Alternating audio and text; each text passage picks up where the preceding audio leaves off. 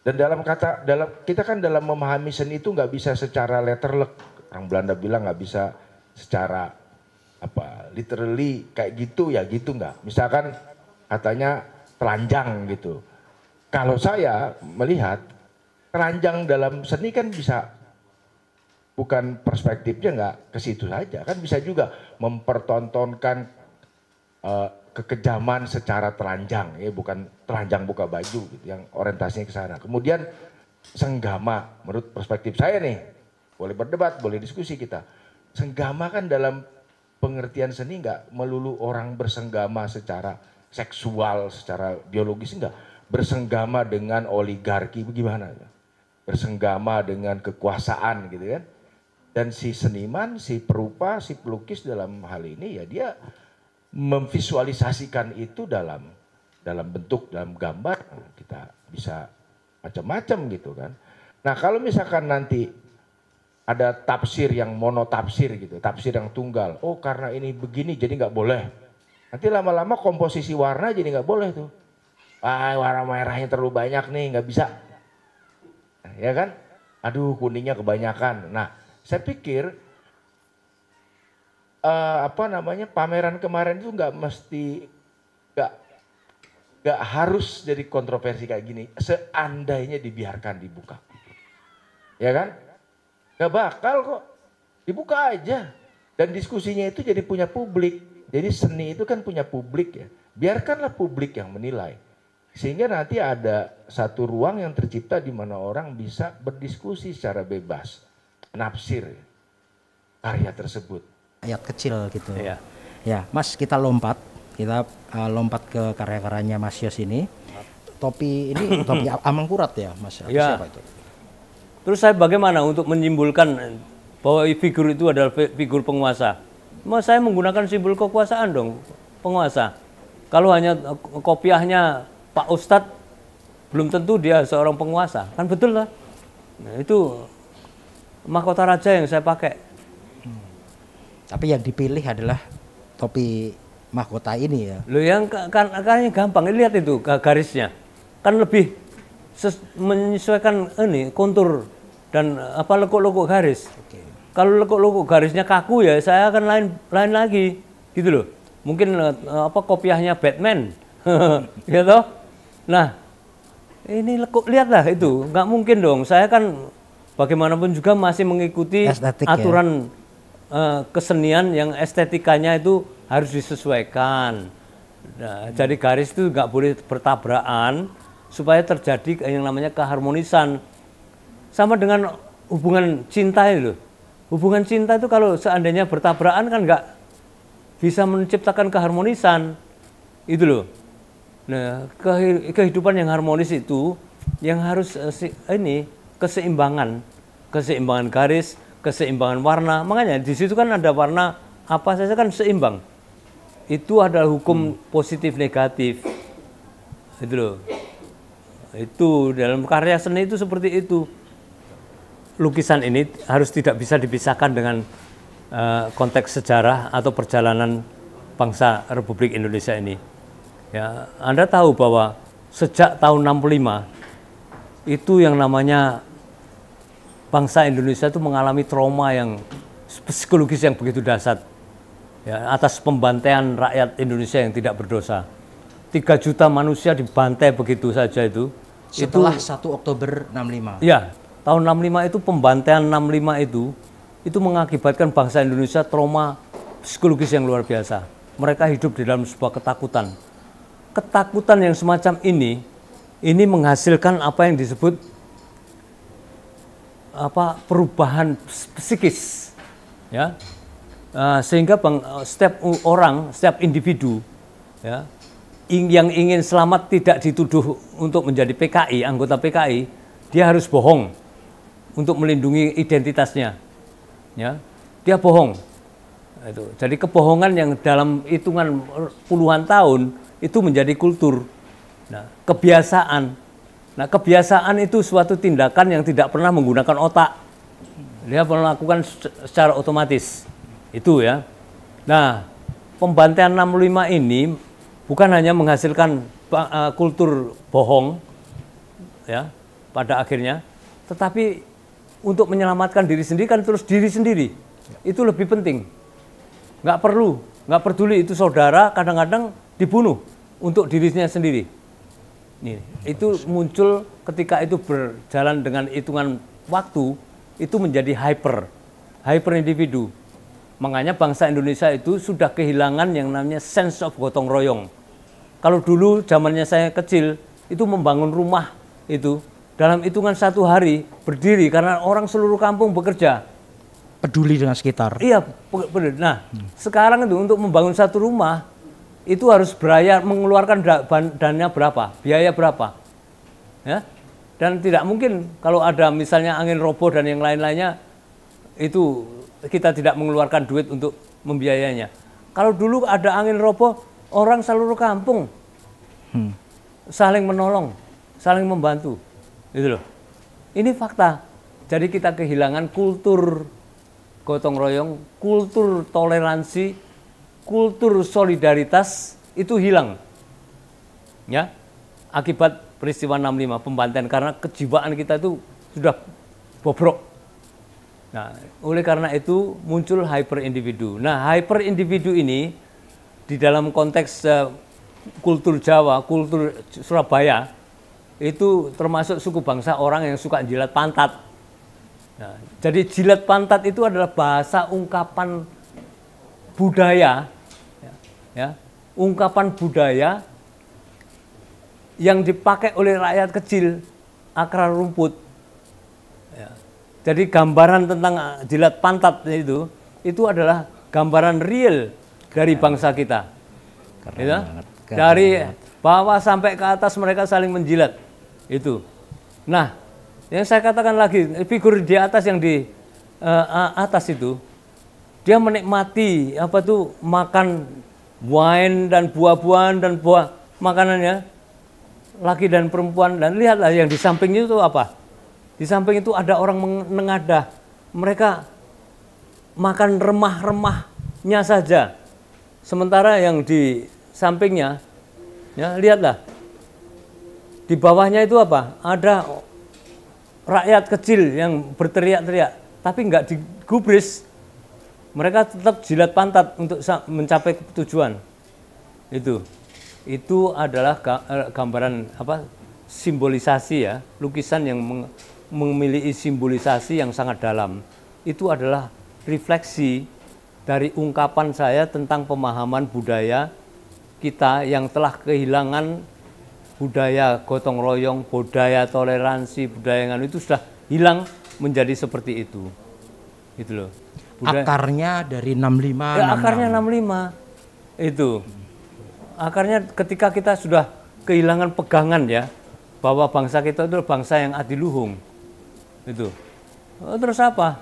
Ya menguntungkan ya apa yang menguntungkan diri sendiri. Makanya saya katakan dengan budaya hyper individu ini, korupsi di negeri kita akan sulit untuk dihilangkan. Akan sulit. Ini ada kayak mata di atas. Ya. Melambangkan apa itu, Mas? Mata. Yang satu mata di atas. Satu mata. Itu simbol yang sering dikatakan orang sebagai penipu, dajjal itu. Dajjal itu penipu. Dia menipu itu dalam pemahaman kultur yang sudah umum ya. Budaya umum, Dajjal itu penipu. Dia menyelewengkan ajaran Tuhan untuk masuk ke neraka manusia-manusia ini mengikuti dia. Itu simbol aja, simbol kebohongan. Itu sudah ada di sana. Dan di bawahnya ada IKN ya, ada istana itu. Iya. Jadi itu fakta objektif bahwa terbukti siapa yang suka bohong di negeri ini. Ini lukisan tahun berapa, Mas? Itu lukisan tahun 2024 kalau nggak salah. Bukan 23. 23 ya. Jadi baru ya, benar-benar fresh ya. Oke, Mas, ini menarik sekali nih akar dari 65 66. Sebenarnya bukan hanya 65, pembantaian 65 66 dan setelahnya. Setelahnya karena pada tahun 66 masih ada pembantaian. Iya, sampai tahun 71. 71 ya. Iya. Sampai tahun 71. Iya. Karena sampai bukan 71. 83 ini Petrus. Oke, Ya. betul. Gitu. Oke, sip Mas. Ya. Nah, ini kita ke lukisan kedua ini Mas. Di sini ada sosok yang mirip Mulyono nih Mas. Lagi deket-deket sama kayak banteng merah. Nah, ya. Gimana ceritanya ini Mas? Itu cerita tentang ketika Mulyono memenangkan pemilu 2019. Periode kedua. Saya melukis itu. Makanya itu saya tanda tangani tahun 2020. Ya, setahun. Tetapi yang luar biasa apa? Itu di bawah alam bawah sadar saya melukis itu di atas istana itu saya juga membuat mata satu. Tetapi itu insting spiritual saya ya yang saya melukis itu tidak dengan tidak pakai apa-apa. Saya sadar. Tidak mabuk, tidak. Tapi ya itu hasilnya. Jadi saya percaya dengan apa yang namanya energi alam ya, yang pada dasarnya ketika kita cukup sensitif terhadap alam, alam itu akan memberikan inspirasi kepada kita untuk melakukan apa. Itu. Jadi saya melihatnya begitu. Jadi ketika saya sekarang tahun 2024 saya melihat lukisan itu lagi, saya kaget. Loh, ternyata si pembohong ini sudah saya gambarkan tahun 2020. Itu loh. Dia melakukan politik dagang sapi loh tahun 2019 itu. Ya, itu jadi nawacita itu menjadi omong kosong. Omong kosong ketika dia memainkan perdagangan sapi, dan itu kan jelas sekali. Dia menuntun sapi menuju ke istana. Itu. Lukisan yang ketiga Mas Yos, ini ada orang yang kayak Mulyono juga nih. Ini. Ya. Apa ceritanya ini Mas? Ya. Itu menceritakan tentang kekuasaan ya. Kekuasaan dan penguasa. Kenapa itu Raja Jawa? Dan itu sebetulnya kulminasi atau lukisan yang menjelaskan pada akhirnya ketika kita kehilangan kedaulatan pangan. Itu ada kaitannya dengan kekuasaan.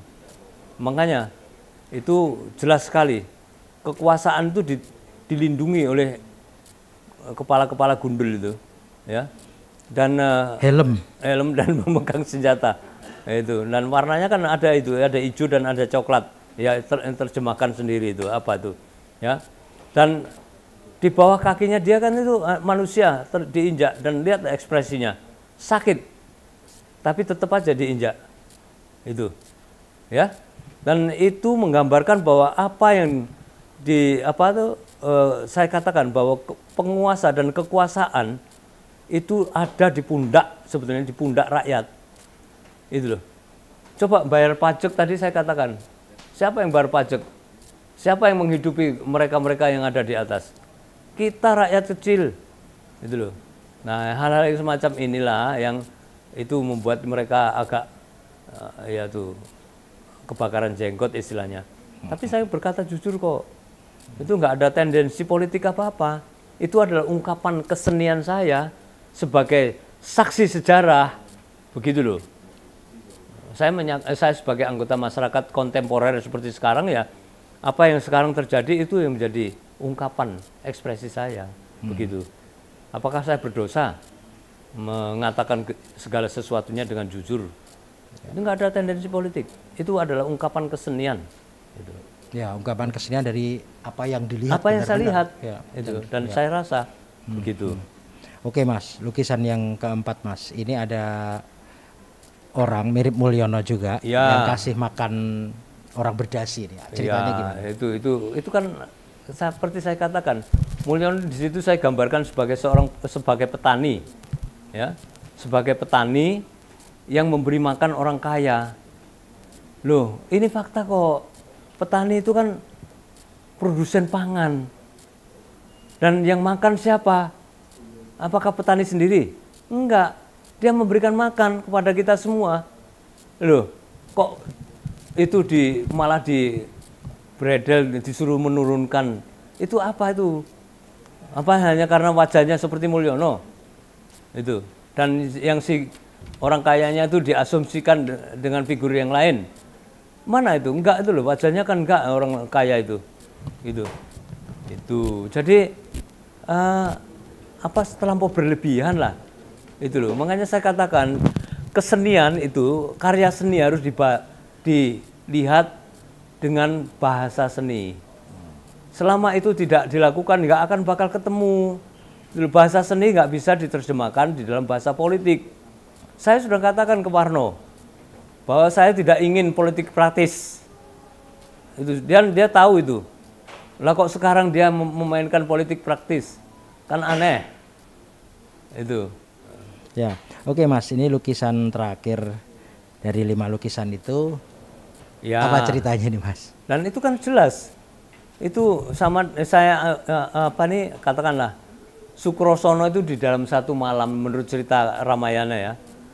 Itu Sukrosono itu dalam satu malam dia bisa memindahkan Taman Sari untuk kakaknya yang namanya Sumantri yang ingin mempersunting anak seorang raja, putri seorang raja. Ya. Dan ini saya analogikan IKN ini yang ingin dibangun cepat-cepat ya. Di dalam satu malam menjadi ibu kota. Makanya terus dipindahkan itu tahtanya ke sana. Ingin menjadi raja di sana 3 periode, tapi gagal. Itu. Nah, itu adalah fakta objektif yang terjadi di negeri kita. Kembali lagi pada kekuasaan. Kan itu gambar kursi ya. Kursi raja yang memiliki simbol kekuasaan. Kekuasaan yang ingin selalu akan dibawa kemana-mana oleh yang ingin menjadi penguasa. Tapi dia telanjang, hanya pakai kancut. Itu. Kemampuannya hanya sampai di situ.